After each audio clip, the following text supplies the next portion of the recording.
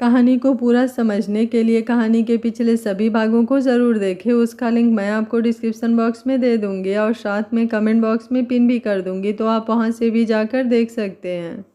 Rana mention. प्रलय के सवालों ने सृष्टि की बोलती बंद कर दी थी। प्रलय अभी भी गहरी नज़रों से उसे देख रहा था और सृष्टि ने अपना चेहरा झुका लिया था। प्रलय ने एक नज़र केक की तरफ देखा और बोला, आज बर्थडे किसका है? सृष्टि मुंह बनाते हुए बोली, किसी का भी नहीं। प्रलय थोड़े सख्त लहजे में बोला, तो फिर ये केक किस खुशी में लेकर आई हो? सृष्टि मायूसी से बोली, वो मुझे आपको मनाना था। आप कायनात के लिए स्पेशली केक बना रहे थे। आप ऐसे नहीं कर सकते हैं डिस्ट्रॉयर। हमारी लड़ाई हमारे बीच है, लेकिन इसका मतलब ये तो नहीं ना कि आप किसी और को स्पेशल फील कराएंगे। प्रलय तुरंत बोला, वो किसी और को नहीं, मेरी होने वाली बीबी है। सृष्टि गुस्से से बोली, होने वाली है ना? अभी तक हुई तो नहीं, जब होगी तब की तब देखेंगे। अभी तो आपकी बीबी मैं हूँ ना? प्रलय उसे इंटेंस नज़रों से देखते हुए बोला, लेकिन मैं तुम्हें अपनी बीबी नहीं मानता। सृष्टि भी जिद्दी एक्सप्रेशन के साथ बोली, आपके मानने ना मानने से क्या होगा? हम दोनों की शादी हुई है और शादी के बाद कोई डिवोर्स नहीं हुआ, तो आपकी बीबी मैं ही हूँ। और जब तक मैं आपको डिवोर्स नहीं दे देती तब तक आप किसी और से शादी कर ही नहीं सकते। प्रलय हंसा और बोला, ओह रियली? तुम्हें ऐसा लगता है कि अगर तुम मुझे डिवोर्स नहीं दोगी तो मैं किसी के शादी नहीं कर पाऊंगा? तुम और तुम्हारी गलतफहमी यूनिवर्स। उसके मुंह से यूनिवर्स सुनकर सृष्टि की आंखें बड़ी हो गई। वो तुरंत बोली, एक बार दोबारा कहिए। प्रलय ने अब दोबारा कहा, तुम और तुम्हारी गलतफहमी यूनिवर्स। सृष्टि मुस्कुराई और बोली, एक बार और। प्रलय व्यंग से हंसा और बोला, मैं तुम्हें यूनिवर्स जरूर कह रहा हूँ, लेकिन उसके साथ जो बात कह रहा हूँ उस पर भी ध्यान दो। सृष्टि मुंह बनाते हुए बोली, मुझे फालतू की बातों पर ध्यान देना ही नहीं है। आपको मेरे साथ ये केक कट करना होगा। मुझे नहीं पता, मुझे आपको अपने हाथों से ये केक खिलाना है और आपके हाथों से खाना भी है। प्रलय होठों को हल्का सा तिरछा कर बोला, एक बार फिर से सोच लो, कहीं ऐसा ना हो मुझे केक खिलाना और मुझसे केक खाना तुम पर भारी पड़ जाए। सृष्टि हैरानी से बोली, क्या मतलब? प्रलय हल्का सा शरारती मुस्कुराहट के साथ बोला, अब मतलब तो मैं तुम्हें नहीं समझा सकता, वो तो समझदार लोग खुद ब खुद समझ जाते हैं। ये बोलते हुए जब उसकी नज़रें सृष्टि पर और भी ज़्यादा इंटेंस हो गई तो सृष्टि बड़ी बड़ी आंखों से उसे देखने लगी। वो तुरंत अपनी नज़र उससे चुराते हुए बोली, मुझे केक खाना है। ये बोलते हुए वो केक की तरफ बढ़ने लगी तो प्रलय ने उसका हाथ पकड़कर उसे रोका और बोला, सिर्फ केक खाना है? ये बोलते हुए उसकी नज़रें सृष्टि के चेहरे पर थी। सृष्टि की सांस गहरी होने लगी। वो शिकायती लहजे में बोली, आप जानबूझकर ऐसी बातें कर रहे हैं ना, ताकि मैं आपसे कुछ ना कहूँ, आपको परेशान ना करूँ, आपके सामने कोई जिद ना करूँ, खुद ही शर्माती रहूँ और यहाँ से चली जाऊँ। प्रलय उसके करीब आया और उसके चेहरे पर झुककर बोला, तुम्हें मुझसे शर्म आती है? उसके सवाल से सृष्टि का दिल धक सा रह गया। उसके चेहरे का रंग हल्का लाल होने लगा था। प्रलय ने उसकी गर्दन पर अपना हाथ रखा और अपनी उंगलियों से उसकी गर्दन को सहलाते हुए बोला, बताओ ना, तुम्हें मुझसे शर्म आती है क्या यूनिवर्स? सृष्टि ने अचानक ही उसके सीने पर अपने हाथ रखे और बोली, कहीं मैं कोई सपना तो नहीं देख रही डिस्ट्रॉयर? प्रलय अब और भी ज़्यादा उसकी गर्दन पर झुका और अपनी गर्म सांसें उसकी गर्दन पर छोड़ते हुए बोला, अब ये तो तुम्हें पता होगा यूनिवर्स कि तुम ख्वाब देख रही हो या हकीकत में जी रही हो। ये बोलकर उसने सृष्टि की गर्दन पर अपने लब रख दिए तो सृष्टि ने अपने हाथ ऊपर उसके कंधों पर कस दिए। प्रलय उसके ईयर लब के पास आया और बोला, अब बताओ, केक खाना है या फिर? सृष्टि के मुंह से कुछ शब्द ही नहीं निकले। प्रलय ने अगले ही पल उसे हल्का सा ऊपर की तरफ उठाया और फिर वापस नीचे की तरफ रख दिया, लेकिन इसी बीच सृष्टि के पैर प्रलय के पैरों पर आ गए थे और वो प्रलय के बिल्कुल करीब आ गई थी। प्रलय उसे यूं ही लेकर सोफे पर आया और उसे अपनी गोद में लेकर बैठ गया। सृष्टि की आंखों में भी अब शर्म की लाली नजर आने लगी थी। हालांकि वो प्रलय के सामने बोल्ड बनने की कोशिश कर रही थी, लेकिन जहाँ पर प्रलय हरकतें शुरू कर देता था वहाँ तो जैसे उसके सीने में तेज धड़कनों का प्रलय आ जाता था। प्रलय के सामने सृष्टि की बोल्डनेस की धज्जियाँ उड़ जाती थीं। प्रलय ने सामने केक की तरफ देखा और बोला, ये तो तुम हार्ट शेप केक बनाकर लेकर आई हो, अगर मैं इसे काटूंगा तो तुम्हारा दिल नहीं टूट जाएगा? सृष्टि तुरंत बोली, बिल्कुल भी नहीं, ये हार्ट शेप केक मैं आपके लिए लेकर आई हूँ। ये आपके लिए मेरा दिल है और आप बेशक से मेरे दिल के साथ कुछ भी करें, मेरा दिल टूट नहीं सकता क्योंकि आपका प्यार हमेशा इसे जोड़ने के लिए तैयार रहता है। सृष्टि की बात सुनकर प्रलय मुस्कुराते हुए उसे देखता रहा और फिर उसने बिना केक को काटे ही उसकी क्रीम को अपनी उंगलियों से लिया और उन्हें लिक करने लगा। जिस तरह से वो अपनी उंगलियों को लिक कर रहा था, सृष्टि का दिल जोरों से धक धक कर रहा था और वो धड़कनें बाहर तक सुनाई दे रही थी। सृष्टि के रोंगटे खड़े होने लगे थे और उसे अपने बदन में एक हलचल सी महसूस हो रही थी। मेरा प्यार तुम्हारे दिल के लिए मरहम है, लेकिन मैं तुम्हारा दिल नहीं तोड़ सकता हूँ यूनिवर्स। मैं अपने दिल से भी ज़्यादा इसे संभाल कर रखना चाहता हूँ। ये बोलते हुए उसने एक बार फिर से अपनी उंगलियों पर लगे हुए केक को लिक किया।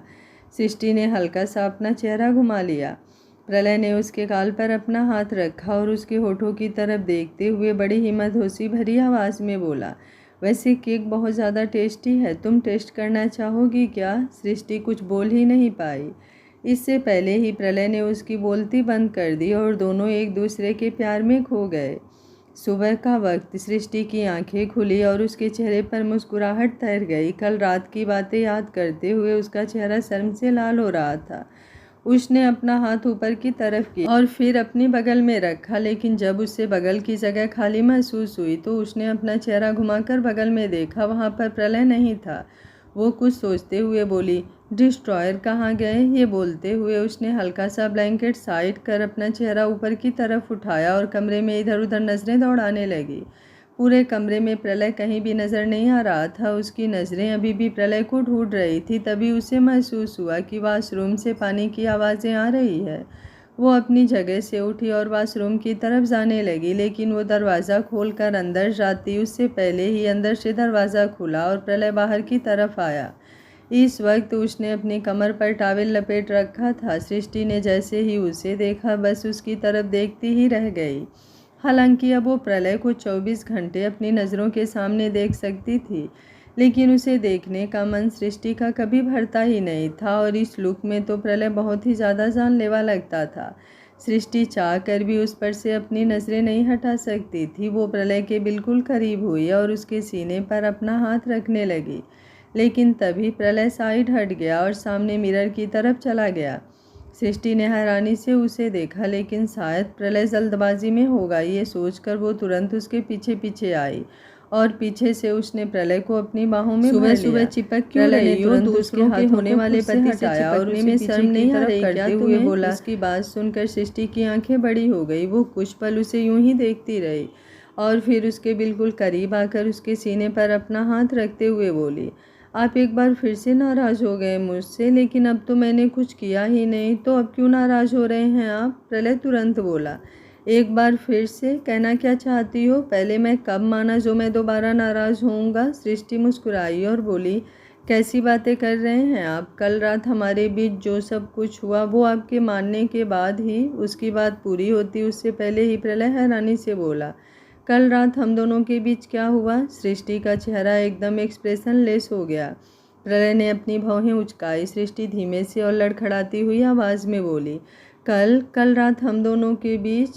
प्रलय उसकी बात पूरी होने से पहले ही बोला, जल्दी बताओ क्या हुआ ऐसा कल रात जो हमारे बीच, जो तुम्हें लगता है कि हमारे बीच सब कुछ सॉल्व हो गया?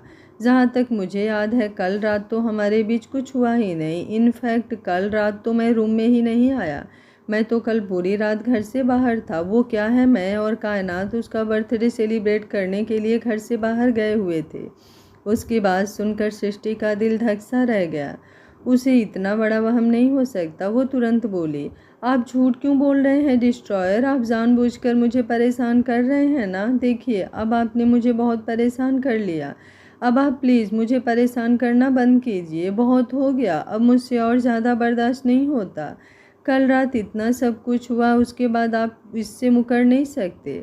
प्रलय तुरंत बोला, तुम्हें जो गलतफहमी अपने दिल में रखनी है तुम रखो, आई डोंट केयर, लेकिन मेरी तरफ से एक चीज़ साफ़ है, हम दोनों के बीच कल कुछ भी नहीं हुआ। मैं कल रूम में भी नहीं आया, तो हम दोनों के बीच कुछ होना तो दूर की बात है। और वैसे भी अब मैं तुम्हारे करीब आ ही नहीं सकता। मेरी शादी किसी और से होने वाली है। आज मेरी एंगेजमेंट है, तो मैं अपनी वाइफ को धोखा नहीं दे सकता।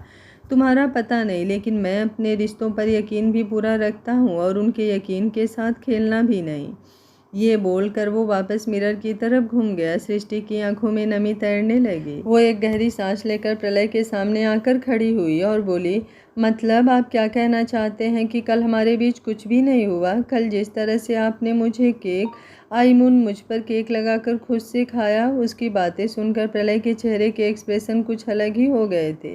वो तुरंत बोला, पागल हो गई हो क्या? कल रात मैंने और मेरे होने वाली वाइफ ने केक खाया था, तुमने और मैंने नहीं। सृष्टि गुस्से से बोली, खबरदार, अगर जैसा केक आपने मेरे साथ खाया था वैसा किसी और के साथ खाने का सोचा भी। प्रलय हैरानी से बोला, क्या मतलब है तुम्हारा? केक तो केक की तरह खाया जाता है ना? वैसे तुमने किस तरह से केक खाया था? अब जब तुम्हें इतनी बड़ी गलतफहमी हो रही है तो मुझे जानने की क्रेविंग हो रही है कि तुमने केक खाया कैसे था। उसका सवाल सुनकर सृष्टि के चेहरे का रंग उड़ गया। वो अब उसे कैसे बता सकती थी कि उसने केक कैसे खाया था। वो गुस्से से बोली, बातों को बदलने की कोशिश मत कीजिए, आप मुझे ये बताइए, कल रात आप मेरे साथ थे ना? प्रलय अब इरिटेट होकर बोला, एक ही बात मैं बार बार नहीं दोहरा सकता। अगर तुम्हें समझ नहीं आता तो ठीक है, नहीं तो ये आखिरी बार है। मैं कल रात तुम्हारे साथ नहीं था।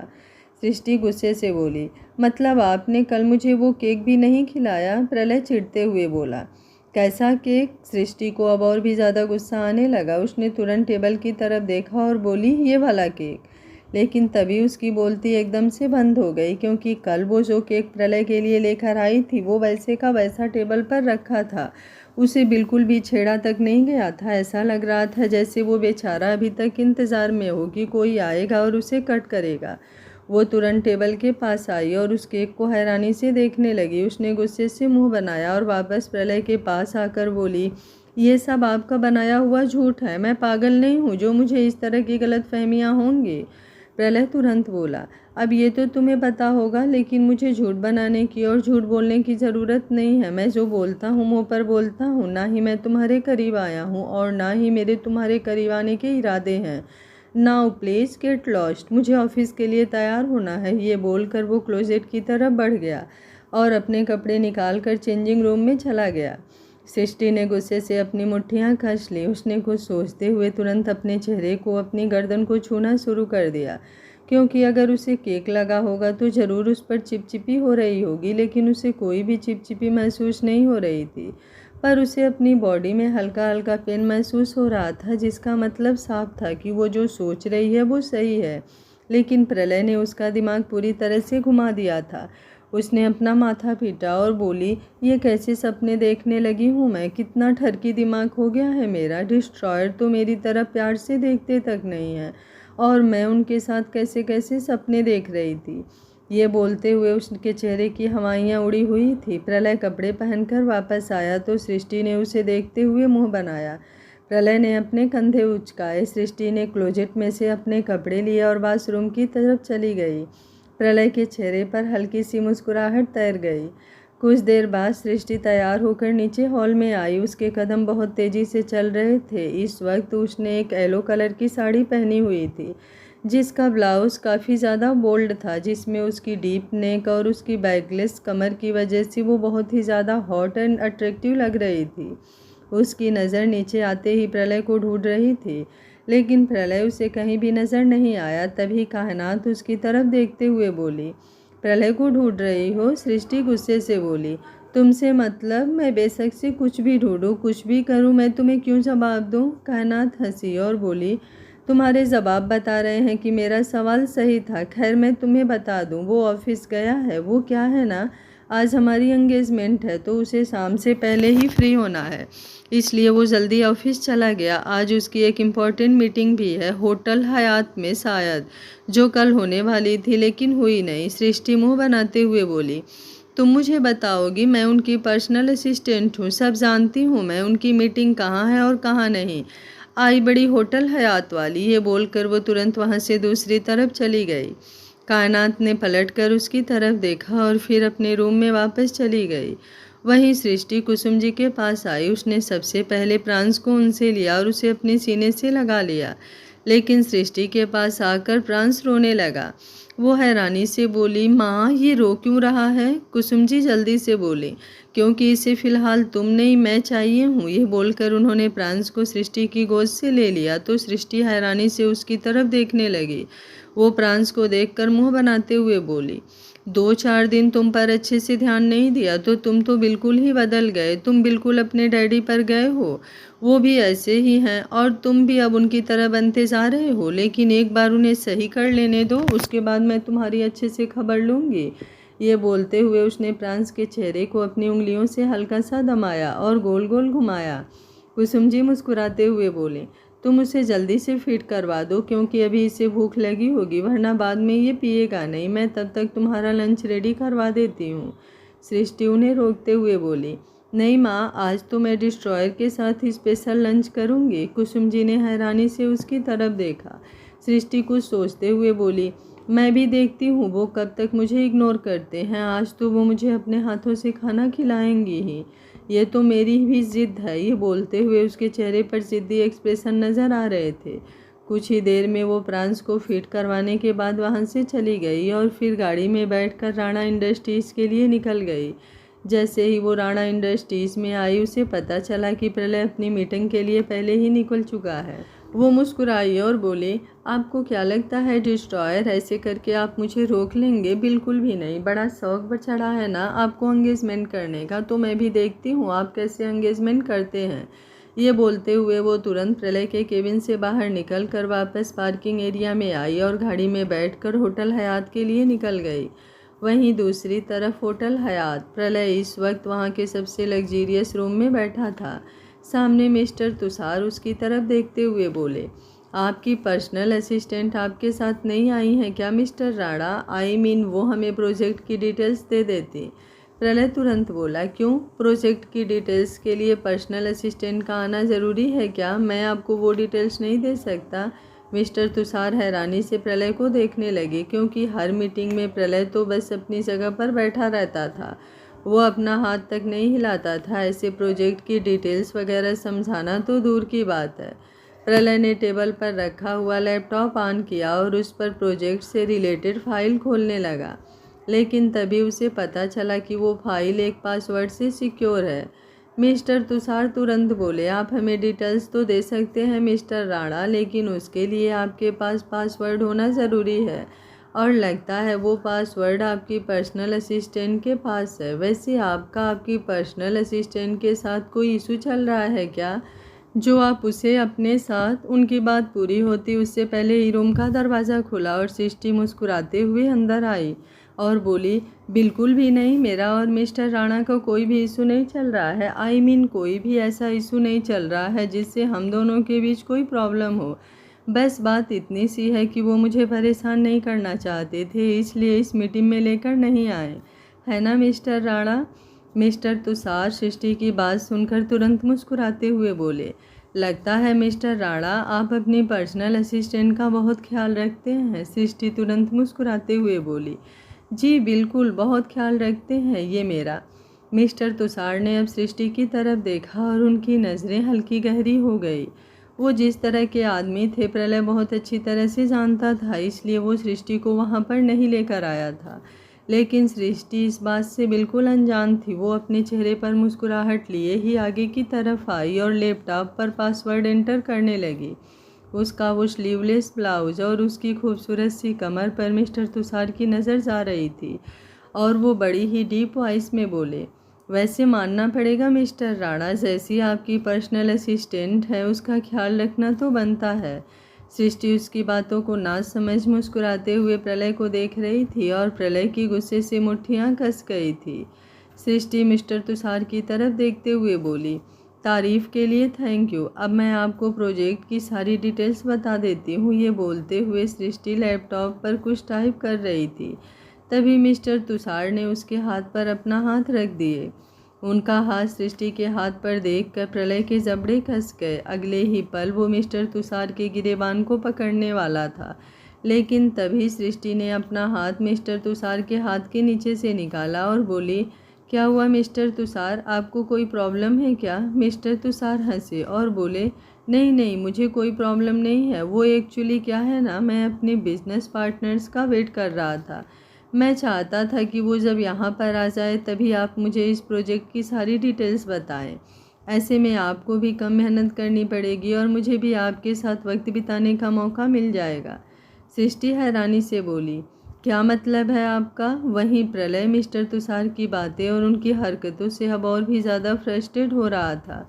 उसने बड़ी मुश्किल से खुद पर कंट्रोल किया हुआ था, लेकिन अब उसका कंट्रोल छूटते जा रहा था।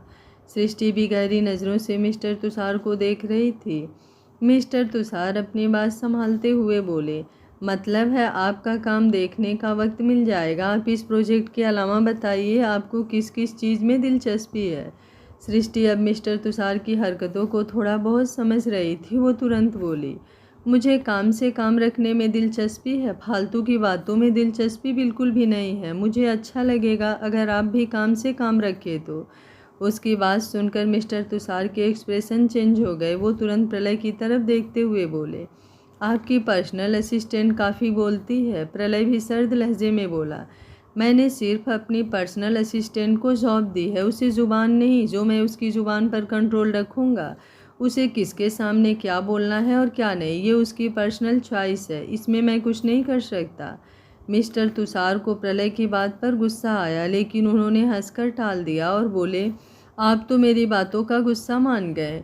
एक्चुअली इंसान को अपना जवाब देने आना चाहिए, आजकल चुप रहने का तो ज़माना ही नहीं है। ये बोलते हुए वो मुस्कुराते हुए सृष्टि को देख रहे थे, लेकिन सृष्टि अब उनकी आंखों में खल रही थी। आज तक उन्हें किसी लड़की ने इस तरह से जवाब नहीं दिया था जिस तरह से सृष्टि ने दिया था, इसलिए सृष्टि के लिए उनके दिल में अब कुछ और ही चल रहा था। कुछ ही देर बाद मिस्टर तुषार के बिजनेस पार्टनर मिस्टर मयंक वहां पर आ गए और प्रलय और उन दोनों की मीटिंग शुरू हो गई।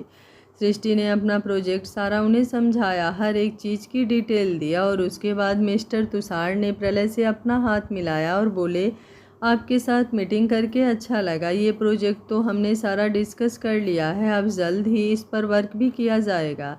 आई होप आपको हमारा काम पसंद आए और हमें आपके साथ और भी ज़्यादा काम करने का मौका मिले। प्रलय ने उन्हें कोई जवाब नहीं दिया, बस हल्का सा मुस्कुराया। वो चाहता तो ये मीटिंग कब की वो ख़त्म कर सकता था, क्योंकि इस मीटिंग की सारी बागडोर उसके हाथ में थी। लेकिन सृष्टि को ऐसा ना लगे कि प्रलय उसकी वजह से ये प्रोजेक्ट बीच में छोड़ रहा है। प्रलय ने ये मीटिंग बीच में नहीं छोड़ी। मिस्टर तुषार और मिस्टर मयंक के जाने के बाद सृष्टि मुस्कुराते हुए प्रलय की तरफ देखने लगी और बोली, आपको मेरा काम कैसा लगा? ये बोलते हुए वो प्रलय के पास आई। प्रलय गुस्से से उसकी तरफ देखते हुए बोला, तुम हमेशा यही करती हो जो मैं तुमसे करने के लिए मना करता हूँ। इसी बात से प्रूफ होता है कि तुम्हारे लिए मेरी बातें कितना मैटर करती है और फिर तुम कहती हो कि तुम मुझसे प्यार करती हो। सृष्टि उसकी बात सुनकर मुंह बनाते हुए बोली, सामने इतनी खूबसूरत बीबी खड़ी हो और पति फिर भी गुस्सा करे। ऐसे पति पर गुस्सा ना आए तो क्या ही आए।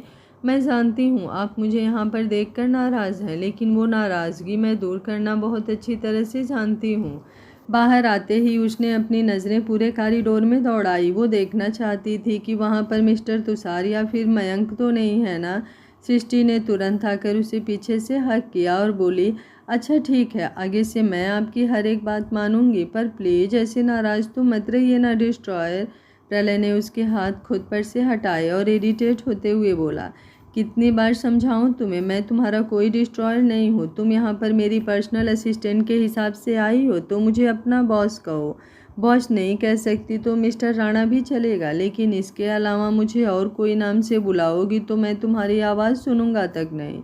सृष्टि गुस्से से बोली, कितने ज़िद्दी हैं आप? प्रलय मुस्कुराते हुए बोला, थैंक गॉड तुम्हें यह बात समझ में आ गई। अब दोबारा कोशिश मत करना मेरी ज़िद तोड़ने की, खुद टूट जाओगी। ये बोलकर वो वहाँ से जाने लगा। सृष्टि गहरी सांस लेकर बोली, आप अकेले जाएंगे, मुझे अपने साथ नहीं लेकर जाएंगे क्या? प्रलय एक्सप्रेशनलेस होकर बोला, क्यों? मैं तुम्हें अपने साथ क्यों लेकर जाऊं? क्या मैं तुम्हें अपने साथ यहाँ पर लेकर आया था? नहीं ना। जिस तरह से तुम आई थी उसी तरह से तुम जा भी सकती हो, और मुझे नहीं लगता तुम्हें मेरी ज़रूरत है। ये बोलकर वो व्यंग से मुस्कुराया और वहाँ से चला गया। सृष्टि उसकी बात सुनकर उसकी तरफ देखती रह गई। प्रलय अब सच में उसे बहुत ज़्यादा ज़िद्दी लग रहा था। किसी ज़िद्दी बच्चे को मनाना भी आसान था, लेकिन प्रलय को मनाना उसे अपनी ज़िंदगी का सबसे मुश्किल टास्क लग रहा था। उसे समझ नहीं आ रहा था कि वो प्रलय की नाराज़गी कैसे ही दूर करे। वहीं प्रलय जो हमेशा से ही ज़िद्दी था, उसकी नाराज़गी भी उसकी तरह ही थी, हद से ज़्यादा ज़िद्दी, जिसे दूर करना इतना भी आसान नहीं था। वो बाहर पार्किंग एरिया में आया और अपनी गाड़ी में बैठकर वहाँ से निकल गया। वहीं सृष्टि लिफ्ट में थी, तभी लिफ्ट अचानक से रुकी। उसे ग्राउंड फ्लोर पर जाना था, लेकिन लिफ्ट सेकंड फ्लोर पर ही रुक गई थी। लिफ्ट का दरवाज़ा खुला और अगले ही पल सृष्टि की आंखें बड़ी हो गई, क्योंकि सामने मिस्टर तुषार खड़े थे और उसके चेहरे पर सृष्टि को देखते हुए बड़ी ही बेशर्मी भरी मुस्कुराहट थी। सृष्टि तुरंत बोली, आप यहाँ पर? मिस्टर तुषार मुस्कुराए और बोले, क्या हुआ? आपकी ज़ुबान क्यों लड़खड़ाने लगी? जिस तरह से आपने मुझे जवाब दिया था, मुझे तो लगा आपकी ज़ुबान कैंची की तरह चलती होगी, लेकिन आप तो बोलते बोलते ही अटकने लगी। सृष्टि गुस्से से बोली, मैंने आपको जवाब दिया था, लेकिन मुझे लगता नहीं आपको मेरा जवाब समझ आया होगा। खैर, मुझे आपको कुछ समझाना भी नहीं है। ये बोलकर उसने ग्राउंड फ्लोर का बटन दोबारा दबाना चाहा, लेकिन तभी मिस्टर तुषार ने उसका हाथ पकड़कर उसे पीछे की तरफ खींचा और अगले ही पल उसे गोल गोल घुमाकर उसकी पीठ को अपने सीने से लगा लिया और अपना हैंकी सृष्टि के नाक पर रख दिया। सृष्टि खुद को छुड़ाने की कोशिश करने लगी, लेकिन कुछ ही पलों में उसकी आंखें बिल्कुल बंद हो गई और वो गहरी बेहोशी में चली गई थी और उसकी बाहों में झूल रही थी। लेकिन अब उन्होंने जल्दी ही सृष्टि को पूरी तरह से अपनी गोद में उठाया और उसे लेकर अपने रूम में आए। जैसे ही उन्होंने पैर से रूम का दरवाज़ा खोला, अगले ही पल उनकी आंखें हैरत में फैल गईं, क्योंकि सामने ही बेड पर प्रलय बैठा था, जिसने अपने हाथ हल्के से पीछे की तरफ किए हुए थे और अपने एक पैर पर अपना दूसरा पैर रखा हुआ था। मिस्टर तुषार उसे देखते ही जैसे अपनी जगह पर फ्रीज हो गए थे। उनका गला सूखने लगा था और जुबान लड़खड़ाने लगी थी। वो तेजी से बोले, तुम यहाँ पर मिस्टर राणा? प्रलय डेविल स्माइल के साथ बोला, क्यों? मुझे यहाँ पर देखकर इतना हैरान क्यों हो रहे हो? ओह, अब समझ में आया। ये बोलते हुए उसने सृष्टि की तरफ देखा और फिर अपनी जगह से उठकर मिस्टर तुषार के पास आया और उनके कंधे पर अपना हाथ रखकर बोला, मुझे तो लगा तुम बिजनेसमैन ही घटिया हो, लेकिन तुम तो इंसान भी घटिया निकले। सामने से कुछ कर नहीं पाए तो ये रास्ता निकाल लिया। ये बोलते हुए उसकी नज़रें मिस्टर तुषार पर काफ़ी ज़्यादा गहरी थीं। मिस्टर तुषार हकलाते हुए बोले, तुम मुझे गलत समझ रहे हो। तुम्हारी पर्सनल असिस्टेंट बेहोश हो गई थी, इसलिए मैं उनकी बात पूरी होती उससे पहले ही प्रलय बोला, और तुम उसे हॉस्पिटल लेकर जाने की बजाय यहाँ पर होटल के रूम में ले आए। क्यों? खुद से चेकअप करने के लिए? ये बोलते हुए उसकी आवाज़ बेहद कर्कश भरी हो चुकी थी। मिस्टर तुषार आगे कुछ बोलते उससे पहले ही प्रलय ने सृष्टि को अपनी बाहों में लिया और उसे बेड पर लिटा दिया। सृष्टि पूरी तरह से बेहोश थी। उसे तो पता भी नहीं चल रहा था कि उसके आसपास हो क्या रहा है। वहीं प्रलय ने अब तुषार की तरफ देखा और बोला, तुम्हें पता है, जब मैंने तुम्हारा बिजनेस प्रपोजल एक्सेप्ट किया तो मुझे मेरे मैनेजर तक ने बोल दिया कि तुम एक नंबर के घटिया इंसान हो। मुझे ये बिजनेस प्रपोजल एक्सेप्ट नहीं करना चाहिए, लेकिन फिर भी मैंने सोचा कि चलो तुम्हें एक मौका देता हूँ। पर तुमने मुझे गलत साबित कर दिया। जब तुमने सृष्टि के हाथ पर अपना हाथ रखा था तो मेरा मन किया कि मैं तुम्हारा हाथ तोड़ दूं, लेकिन मैंने खुद पर कंट्रोल रखा। तुम्हारी गलती को तुम्हारी बेवकूफ़ी समझकर इग्नोर कर दिया, लेकिन तुम तो प्रलय राणा का फ़ायदा उठाने लगे। वो शांत क्या रहा, तुमने बेशर्मी का शोर मचा दिया। अब तुम्हें तुम्हारी बेशर्मी का इनाम तो मिलना चाहिए ना। ये बोलकर उसने एक जोरदार पंच तुषार के चेहरे पर जड़ दिया और तुषार दर्द से कराहते हुए पीछे की तरफ हो गया। वो हैरानी से प्रलय की तरफ देखते हुए बोला, तुमने मुझे मारा? तुमने अपनी पर्सनल असिस्टेंट के लिए मुझ पर? उसकी बात पूरी भी नहीं हुई थी कि प्रलय उसके बिल्कुल करीब आया और उसके गिरेबान को अपनी मुट्ठी में कसकर अपने करीब खींचते हुए बोला, पर्सनल असिस्टेंट नहीं, बीबी है वो मेरी, और बीबी भी नहीं, मेरी जान है वो। उसकी तरफ तो कोई नज़र उठाकर देखे तो मैं उसकी सांसें हलक से खींच लूँ। तुमने तो उसे अपनी बाहों में उठा लिया। तुम्हारे हाथ अब तुम्हारे बदन से कैसे लगे रहने दूँ मैं? ये बोलकर उसने तुषार के गिरेबान को एक झटके में छोड़ा और अगले ही पल उसका हाथ अपने हाथ में पकड़ लिया। तुषार हैरानी से उसकी तरफ देखने लगा। वो कुछ रिएक्ट भी करता उससे पहले ही प्रलय ने उसके हाथ जोर से खींचा। तुषार की एक दर्द भरी चीख निकल गई और उसका हाथ टूटने की आवाज़ उस पूरे कमरे में गूंज गई। प्रलय डेविल स्माइल के साथ बोला, तुम्हें क्या लगा कि मैं उसे यूं ही होटल में छोड़कर अकेला चला जाऊंगा और अब तुम उसके अकेलेपन का फ़ायदा उठाओगे? मैं उसकी परछाई की तरह हूँ, बेशक से उसके पास रहूं ना रहूं, लेकिन उसका साथ कभी नहीं छोड़ सकता, कभी भी नहीं। ये बोलते हुए उसका चेहरा हल्का हल्का कांप रहा था और अब उसने तुषार के दूसरे हाथ को भी अपने हाथ में पकड़कर जोर से खींच दिया था। तुषार एक बार फिर से जोर से चिल्लाया। दर्द से वो बुरी तरह तड़प रहा था। उसके दोनों हाथ लटकने लगे थे और उसका पूरा चेहरा पसीने से भर गया था।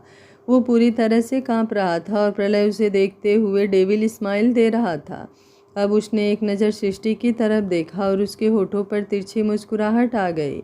तभी रूम का दरवाज़ा खुला और कुछ लोग अंदर आए। वो लोग प्रलय के ही थे और इस वक्त उन्होंने नकाब पहना हुआ था। प्रलय ने उन्हें इशारा किया तो वो तुषार के टूटे हुए हाथों से ही उसे पकड़कर वहाँ से ले गए। तुषार जोरों से चिल्लाने लगा, कराहने लगा। उसका वो चिल्लाना बाहर तक गूंज रहा था, लेकिन कोई भी जैसे उसकी चीख नहीं सुन रहा था।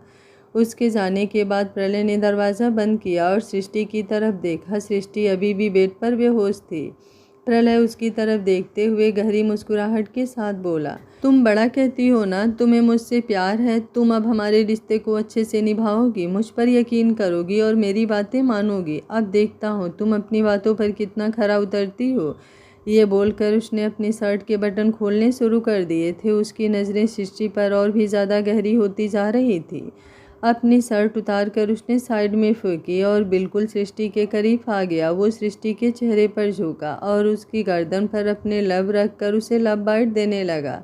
सृष्टि कुछ भी रिएक्ट नहीं कर रही थी। अभी तक उसे होश नहीं आया था और तकरीबन 3-4 घंटे उसे होश आने वाला भी नहीं था। सृष्टि पूरी तरह से प्रलय की बाहों में सिमटी हुई थी और प्रलय ने भी उसे अपनी बाहों में कसकर जकड़ा हुआ था। रात होने को थी और धीरे धीरे रात गहरी होती जा रही थी और प्रलय यूं ही सृष्टि के करीब उसमें खोया रहा। वो एक पल के लिए भी सृष्टि से दूर नहीं हुआ था, लेकिन जैसे ही सुबह के तकरीबन 3-4 बजे वो सृष्टि से अलग हुआ और जाकर सोफे पर बैठ गया। वो अब सृष्टि की तरफ देखते हुए बोला, मौका चाहिए था ना तुम्हें, अब दिया मैंने मौका, देखता हूँ तुम इस मौके को और इस रिश्ते को कितना संभालती हो। ये बोलकर वो वहीं पर बैठा सिगरेट पीने लगा। सिगरेट का धुआं उस पूरे कमरे में अपनी जगह बना रहा था और सृष्टि गहरी नींद में सोई वहीं बिस्तर पर लेटी रही। सुबह के तकरीबन 7 बजे सृष्टि की आंखें खुली और उसे अपनी बॉडी में पेन सा महसूस हुआ। उसे ऐसा लग रहा था जैसे उसकी पूरी बॉडी जकड़ी हुई है। वो अपनी जगह पर उठकर बैठी और अपने आसपास देखने लगी। अगले ही पल उसने अपने सिर पर अपना हाथ रख लिया और उसकी आंखों से आंसू बहने लगे। उसे याद आया कि कैसे कल मिस्टर तुषार ने उसे लिफ्ट में बेहोश किया था और अब उसके होश उड़ गए थे। वो अब अपनी जगह पर बैठी बैठे कांपने लगी थी। वो रोते हुए बोली, नहीं, ऐसा नहीं हो सकता। मिस्टर राणा के अलावा और कोई मेरे करीब नहीं आ सकता। मैं सिर्फ उनकी हूँ, उनके अलावा मुझे और कोई नहीं छू सकता।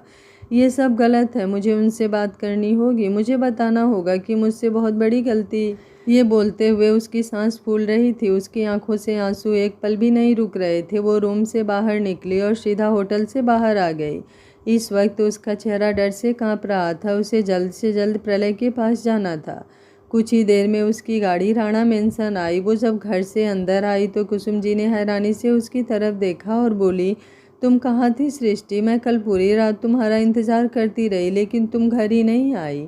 सृष्टि ने कुसुम जी से कहा, मुझे मिस्टर राणा से बात करनी है माँ। वो कहाँ पर हैं? कुसुम जी तुरंत बोली, वो तो कल रात से ही अपने रूम में है, बाहर ही नहीं निकला। जाओ, अगर तुम्हें उससे बात करनी है तो कर लो, लेकिन पहले ये बताओ तुम ठीक तो हो ना?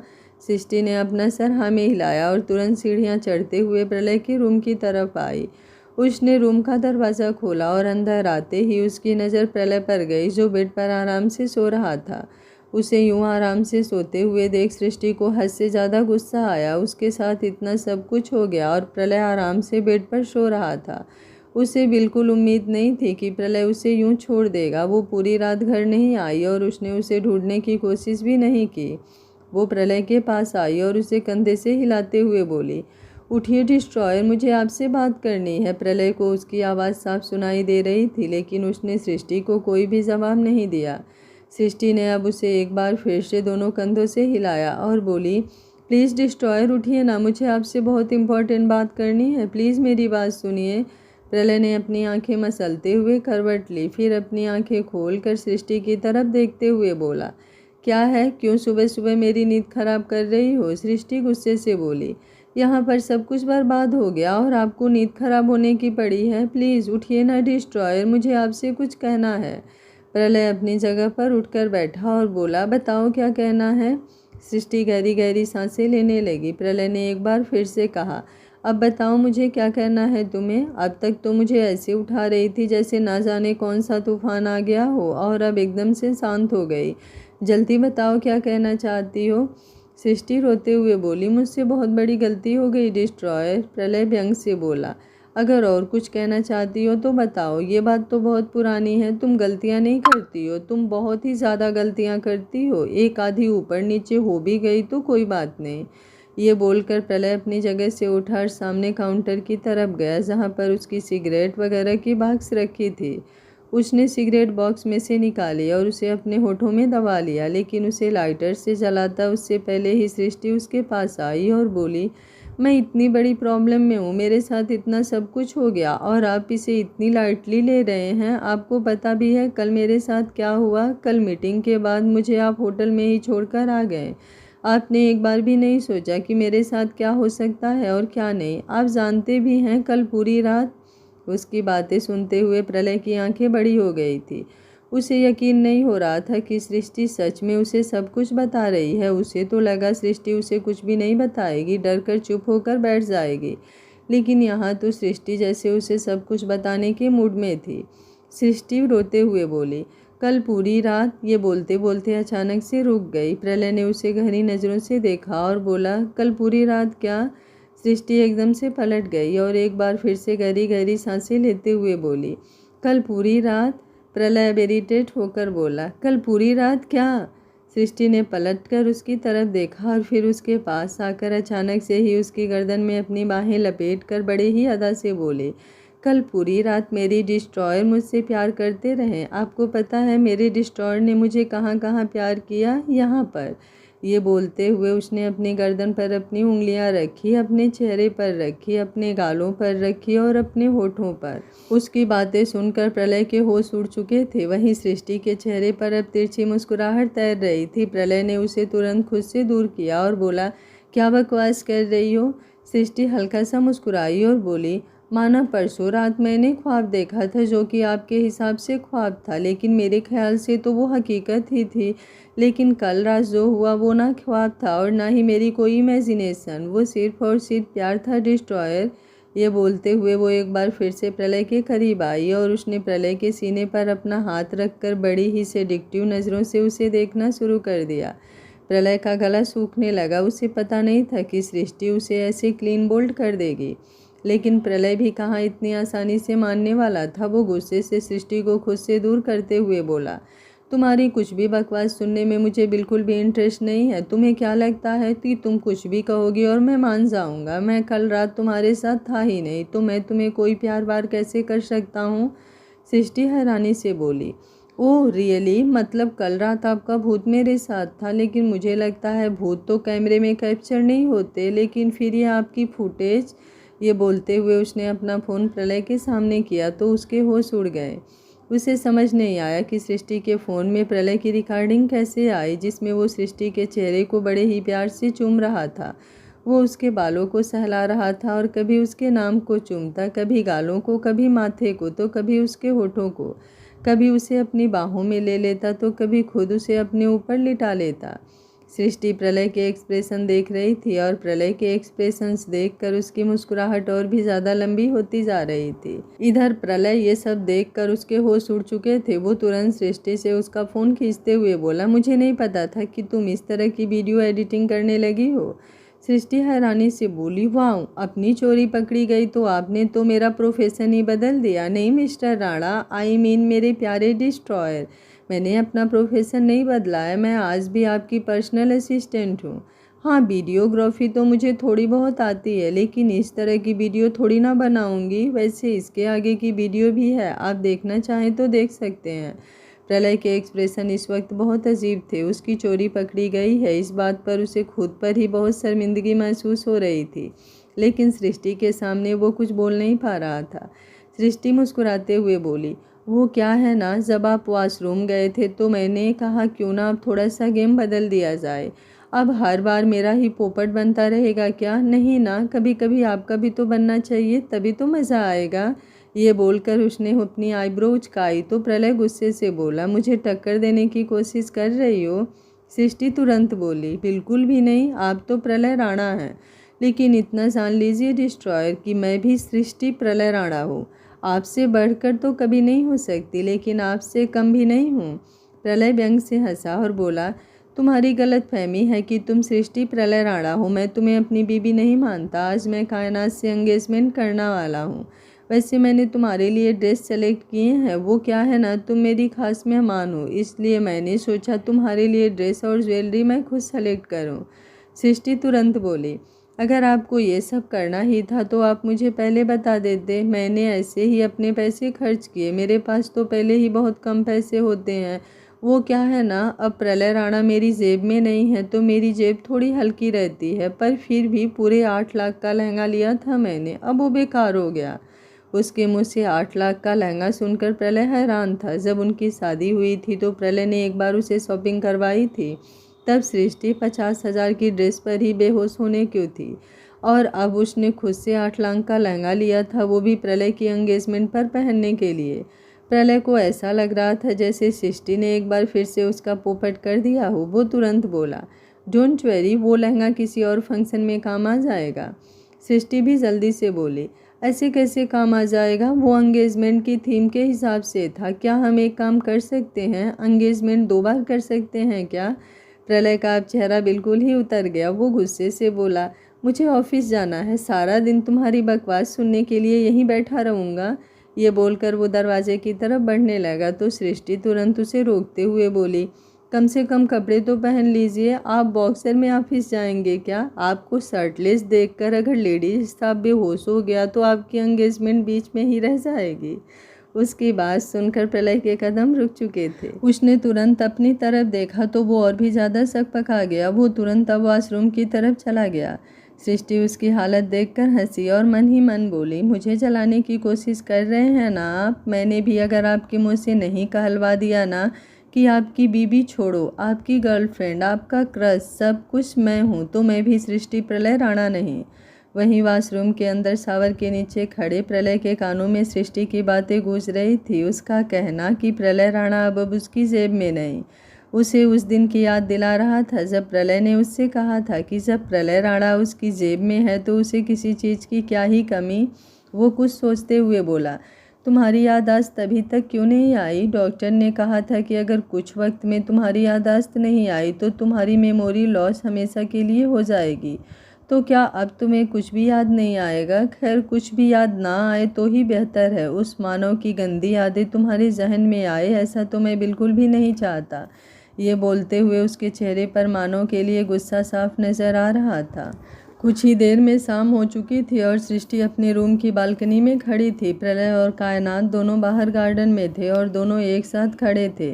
एंगेजमेंट का फंक्शन शुरू हो चुका था। कुसुम जी और नताशा भी ना चाहते हुए उस एंगेजमेंट में शामिल हो चुकी थी। प्रलय जो कायनात का हाथ पकड़कर खड़ा था, उसकी नज़रें बार बार बालकनी में खड़ी हुई सृष्टि की तरफ जा रही थी।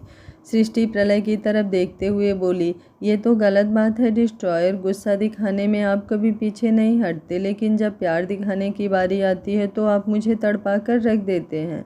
लेकिन आपको क्या लगता है कि आपकी एंगेजमेंट देखकर मैं रोऊंगी? बिल्कुल भी नहीं। मैं आपको ना ये एंगेजमेंट करने से रोकूंगी और ना ही शादी, बल्कि शादी की हर एक रस्म में शामिल होंगी। लेकिन अगर आपने ये शादी कर ली ना तो आपकी कसम, वो दिन मेरी ज़िंदगी का आखिरी दिन होगा। ये बोलते हुए उसकी आंखों से आंसू आ गए थे। उसने बालकनी का दरवाज़ा बंद किया और सच में तैयार होकर नीचे गार्डन में आ गई। प्रलय जो अभी भी कायनात का हाथ पकड़कर खड़ा था, जैसे ही उसकी नज़रें सृष्टि पर गई वो उसे देखता ही रह गया। इस वक्त सृष्टि ने एक ब्लैक कलर का लहंगा पहना हुआ था जो स्लीवलेस था और उसके साथ एक पतला सा दुपट्टा था। बड़े बड़े ब्लैक कलर के ही ईयरिंग और हाथों में ब्लैक कलर की चूड़ियाँ पहने वो बहुत ज़्यादा खूबसूरत लग रही थी। उसके माथे पर लगी हुई बिंदी तो जैसे इस वक्त क़यामत ढा रही थी। कायनात ने जैसे ही प्रलय की नज़रें सृष्टि पर देखी वो तुरंत बोली, क्या हुआ, कुछ ज़्यादा ही खूबसूरत लग रही है क्या सृष्टि? उसकी बात सुनकर प्रलय ने अपनी नज़रें सृष्टि के ऊपर से हटाई और बोला, बिल्कुल भी नहीं। कायनात उसकी बात पर हंसी और बोली, रहने दो, तुम्हारे एक्सप्रेशंस तुम्हारे मन की बात बहुत अच्छी तरह से बता रहे हैं। जब से वो तुम्हारे सामने आकर खड़ी हुई है तब से तुम्हारी नज़रें उस पर से हटी नहीं रही हैं। प्रलय गुस्से से बोला, मुझे लगता है तुम्हें दिखाई देना बंद हो गया है, अपनी आँखों का इलाज करवा लो। कायनात हंसी और बोली, तुमसे शादी होने के बाद करवा लूँगी। उसकी बात सुनकर प्रलय ने नज़रें उठाकर गुस्से से उसकी तरफ देखा तो कायनात हंसी और बोली, तुम सही हो ना इस तरफ आते हो, तुम सही हो ना इस तरफ आते हो ना उस तरफ जाते हो, बीच में ही अटके हुए हो और दूसरों को भी अटका रखा है। प्रलय का गुस्सा अब और भी ज़्यादा बढ़ने लगा तो कायनात तुरंत बोली, अच्छा ठीक है, नहीं करूँगी अब मैं मजाक। अब हमारी एंगेजमेंट की रस्म शुरू होने वाली है, इंगेजमेंट तो करोगे ना तुम? प्रलय ने उसकी बात का कोई जवाब नहीं दिया और उसका हाथ पकड़कर स्टेज के बिल्कुल सेंटर में आ गया जहाँ पर उनकी एंगेजमेंट की रस्म होने वाली थी। नताशा और कुसुम जी कभी प्रलय की तरफ देख रही थी तो कभी सृष्टि की तरफ। अचानक से सृष्टि स्टेज की तरफ आने लगी तो उन दोनों ने एक दूसरे की तरफ देखा। तभी नताशा कुछ सोचते हुए बोली, मुझे तो डर लग रहा है, पता नहीं आज इस घर में क्या ही होगा।